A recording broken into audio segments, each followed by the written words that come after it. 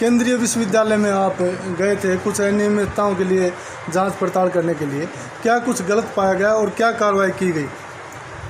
देखिए, विगत काफ़ी दिनों से राष्ट्रीय पिछड़ा वर्ग आयोग को लगातार तमाम प्रकार की कंप्लेंट शिकायतें मिल रही थी कि महेंद्रगढ़ यूनिवर्सिटी में पिछड़े वर्ग के कर्मचारियों और शिक्षकों के साथ तमाम प्रकार के उत्पीड़नात्मक कार्रवाई हो रहे हैं। उन्हीं शिकायतों के निवारण के लिए, उनके जांच के लिए आज माननीय सुधा यादव जी के नेतृत्व में राष्ट्रीय पिछड़ा वर्ग आयोग महेंद्रगढ़ यूनिवर्सिटी गया था और वहां पर काफ़ी सघन जांच हुई, व्यापक जांच हुआ और सबका बयान दर्ज किया गया है। और आने वाले समय में राष्ट्रीय पिछड़ा वर्ग आयोग इस पर निश्चित रूप से दोषी लोगों के खिलाफ कार्रवाई की संस्तुति करेगा। कितने लोग दोषी हो सकते हैं इसमें? अभी कुछ इस प्रकार से कहना, पूरी तरह से जांच रिपोर्ट आ जाए, क्योंकि उसमें पूरी यूनिवर्सिटी में तमाम ऐसे अधिकारी हैं जो वर्तमान में भी हैं और पूर्व में रिटायर भी हो चुके हैं। उन लोगों के द्वारा पिछड़े वर्ग के कर्मचारियों के साथ बहुत ही विभत्स तरीके से पेश आए हैं, उनके ऊपर बहुत ही उत्पीड़न किए हैं। उन सारे साक्ष्यों का संकलन हम लोग कर लिए हैं। आने वाले समय में भारत सरकार को हम लोग उसकी संस्तुति करेंगे। क्योंकि वाइस चांसलर तो जो थे यूनिवर्सिटी के, उन्होंने कोई कार्रवाई नहीं करी अभी तक।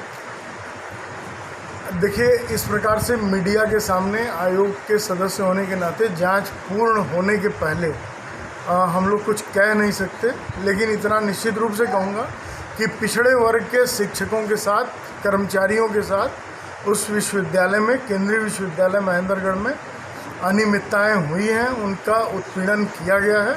उस पर राष्ट्रीय पिछड़ा वर्ग आयोग कार्रवाई हेतु संस्तुति करेगा।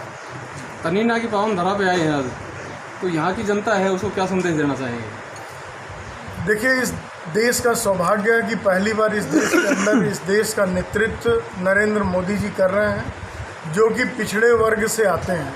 और लगातार प्रधानमंत्री जी ने जब से प्रधानमंत्री बने हैं, लगातार पिछड़े वर्ग के लोगों के जीवन का जो स्तर है उसको ऊंचा उठाने का प्रयास कर रहे हैं। इसी निमित्त उन्होंने राष्ट्रीय पिछड़ा वर्ग आयोग का गठन किया। और अभी आप लोगों ने देखा होगा कि लगातार 2007 से, जब से केंद्रीय विद्यालयों में रिजर्वेशन हायर एजुकेशन में मिल रहा था, ओबीसी को नीट में नहीं था, केंद्रीय विद्यालय में नहीं था, तमाम ऐसी जगह था जिसको कि मोदी जी के नेतृत्व में पिछड़े वर्ग के विद्यार्थियों के लिए दिया गया है। और आगे भी पिछड़े वर्ग से संबंधित आने वाले मुद्दे पर हम लोग लगातार अपनी संस्तुति भेज रहे हैं और जिसपे कि हमारी सरकार सकारात्मक रूप से कार्रवाई कर रही है। ओबीसी के अलावा ईडब्ल्यूएस को भी कोई ऑप्शन दिया गया है? ईडब्ल्यूएस को भी दिया गया। अभी आप लोगों ने देखा होगा कि जो सामान्य वर्ग के वंचित विद्यार्थी हैं, उनको भी इस सरकार ने 10% आरक्षण देने का काम किया है। ठीक जी बहन जी, आज प्रतिनिधिमंडल आया है, यूनिवर्सिटी में जांच के लिए गया था, क्या कहना चाहेंगे इस मौके पर? देखिए, अभी कौशलेंद्र जी ने आपको वैसे विस्तार से बताया है। प्रतिनिधिमंडल ने ओबीसी वर्ग के शिक्षकों और कर्मचारियों की शिकायतों का संज्ञान लिया है जी।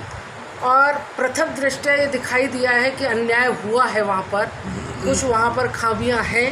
उन खामियों को कैसे दुरुस्त किया जाएगा और क्या कार्रवाई की जाएगी, ये आयोग दिल्ली जाने के बाद में उसका पूरा अध्ययन करके उसके ऊपर निष्कर्ष निकालेगा। ठीक। चेयरमैन साहब, आप यूनिवर्सिटी में गए थे और कुछ अनियमितताओं के लिए जांच के लिए गए थे, उसमें कहाँ अच्छा, इकट्ठे